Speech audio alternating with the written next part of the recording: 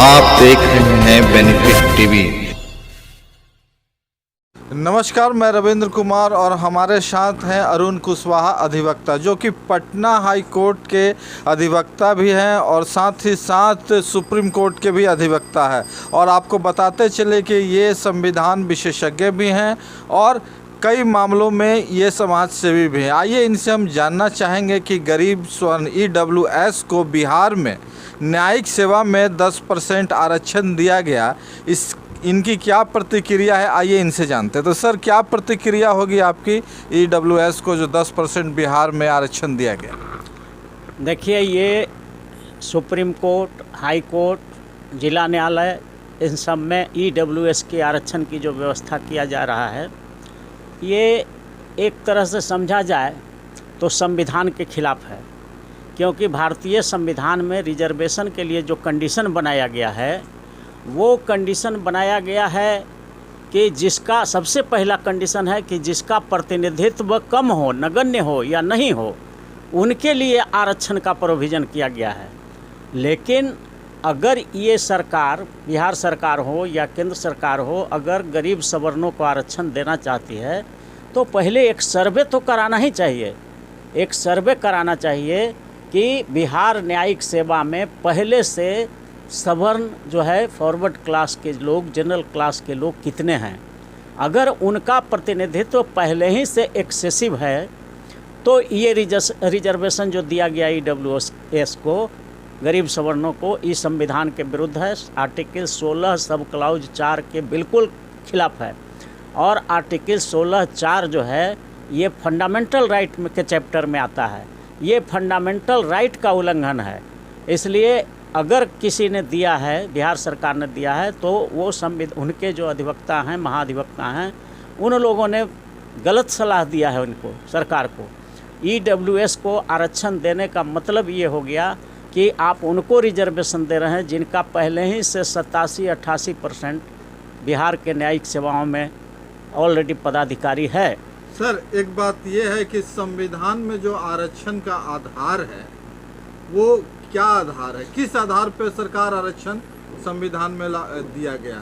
देखिए, 3 आधार बनाया गया है। भारत के संविधान में आरक्षण देने के लिए 3 क्राइटेरिया बनाया गया है। सबसे पहला क्राइटेरिया जो है, उसको मनुवादी मीडिया जो है, जो आरक्षण विरोधी मीडिया है, वो दिखाता ही नहीं है। वो पहला कंडीशन है कि जिनका प्रतिनिधित्व जिस समाज का नहीं है, जिसका नगण्य है या जिसका प्रतिनिधित्व कम है, जो एडिक्वेटली, पर्याप्त मात्रा में जिनका प्रतिनिधित्व नहीं है, उस समाज के लिए आरक्षण है, न कि किसी को भी आप दे दीजिए उठा करके। दूसरा कंडीशन है जो सामाजिक रूप से पिछड़ा हुआ है। सामाजिक रूप से जो समाज पिछड़ा हुआ है, मतलब जिसको नीच दृष्टि से देखा जाता है। जैसे कोई भी शेड्यूल कास्ट के लोग हैं, शेड्यूल ट्राइब के लोग हैं, OBC के लोग हैं, इन लोगों को नीच दृष्टि से देखा जाता है, हे दृष्टि से समाज में देखा जाता है, अनटचेबल्स हैं। तो इनके लिए रिजर्वेशन की व्यवस्था किया गया है। तो ये बात हम कर रहे हैं। दूसरा कंडीशन इसमें है, पहला हो गया जिनका प्रतिनिधित्व नहीं है, दूसरा हो गया जो सामाजिक रूप से पिछड़ा हुआ है, मान के जिसको नीच देखा जाता है, हे दृष्टि से देखा जाता है, और तीसरा कंडीशन है कि जो शैक्षणिक रूप से पिछड़ा हुआ है। शैक्षणिक रूप से पिछड़ा हुआ का मतलब हुआ कि जिसमें शिक्षा अभिशिक्षित लोग कम हैं। तो जिस समाज में शिक्षा की कमी है, जिस समाज में प्रतिनिधित्व नहीं है जिस समाज का, और जो सामाजिक रूप से पिछड़ा है, उसके लिए रिजर्वेशन की व्यवस्था किया गया है। तो ये जो सवर्णों का रिजर्वेशन जो दिया जा रहा है धड़ल्ले से पूरे देश में, ये हम लोगों का SC, ST, MBC, OBC, minority समाज के लोगों का ये नालायकी है।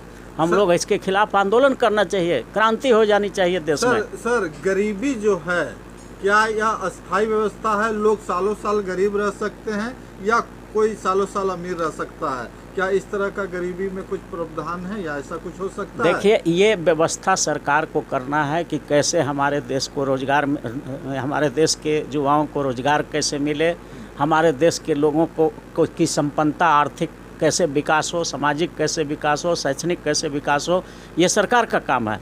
गरीब सब वर्ग में है, लेकिन जिस वर्ग का बहुत ज़्यादा पहले ही से देश के नौकरियों में और न्यायिक सेवाओं में है, अभी आपको पता है सुप्रीम कोर्ट में 34 पद है जज का, उसमें से 32 गो फॉरवर्ड क्लास का लोग है।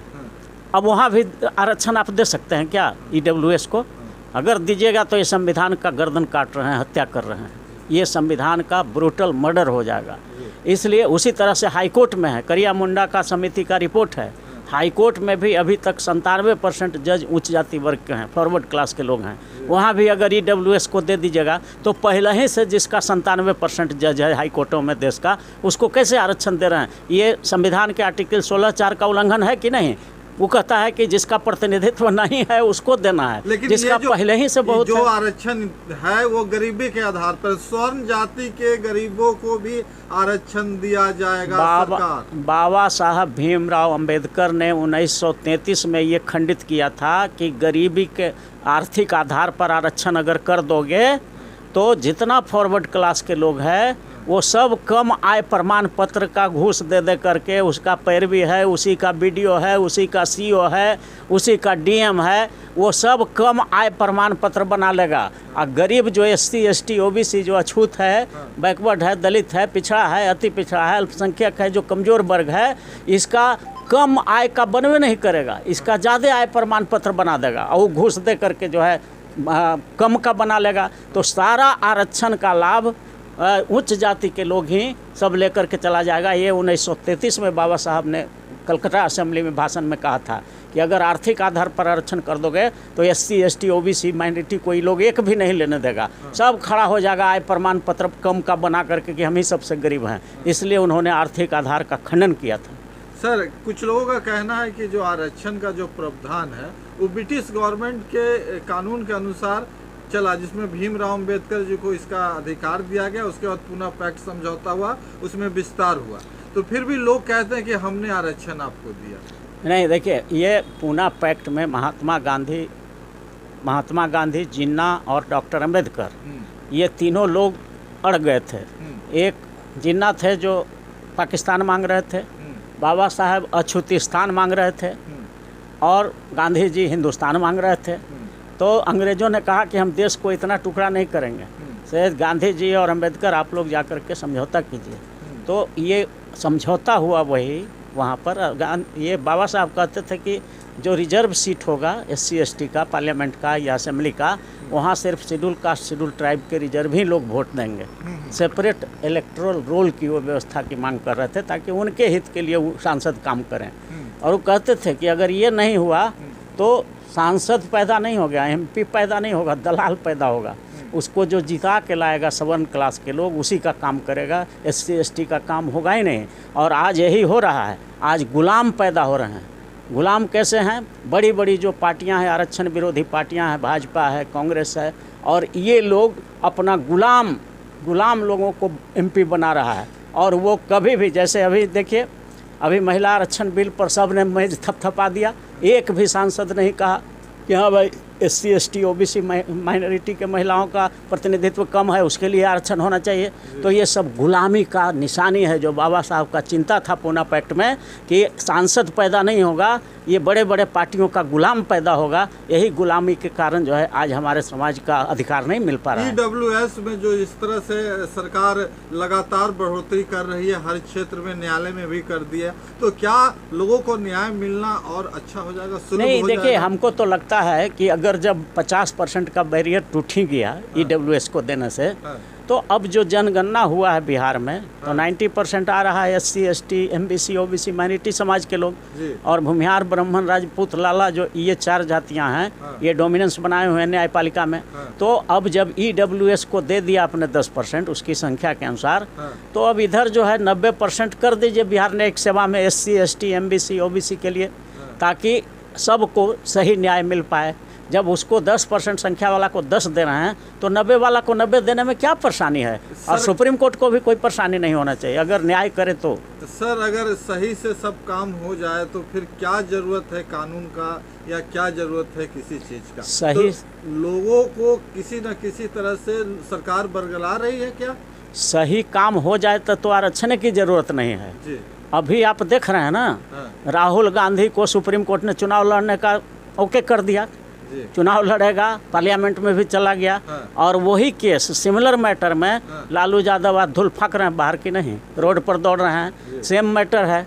कि जिसको सज़ा हो जाएगा वो जो है चुनाव नहीं लड़ेगा तो वंचित हो जाएगा सांसद से। तो सेम केस में राहुल गांधी के लिए सुप्रीम कोर्ट का अलग जजमेंट आ गया और लालू यादव को वंचित किया हुआ है। तो ये अगर सही न्याय होता, एक तरह का न्याय होता सुप्रीम कोर्ट और हाई कोर्ट से, तब तो फिर आरक्षण की ज़रूरत नहीं थी। लेकिन न्याय में बाबा साहब यही कहते थे कि आज तक एक भी जजमेंट ऐसा नहीं है जिसमें schedule caste, schedule tribe, OBC, minority का और सवर्णों के बीच का मामला हो और जीत जो है SC ST OBC माइनॉरिटी का हुआ हो न्यायालय से। ऐसा कोई मामला ही नहीं आया है। बाबा साहब अम्बेडकर का 1933 का भाषण है। सर, क्या बिहार में ये लागू नहीं होना चाहिए? बिहार में 90% SC ST MBC OBC के लिए रिजर्वेशन होना चाहिए बिहार न्यायिक सेवाओं में, क्योंकि अब 10 उसका मिल गया है तो 90 इधर मिलना चाहिए। अगर नहीं देते हैं नीतीश कुमार और लालू यादव तो हम अपील करेंगे जनता से कि ये लोग भी गुलाम पैदा हुए हैं, गुलाम बन गए हैं सवर्णों का, और ये सवर्णों के लिए ही काम करते हैं, आपके लिए काम नहीं करते हैं। सर, अपना परिचय दे। Arun Kushwaha, constitution expert, advocate, Patna high court and supreme court of India. मेरा मोबाइल नंबर है 9431002499। Thank you. आप देख रहे हैं बेनिफिट टीवी।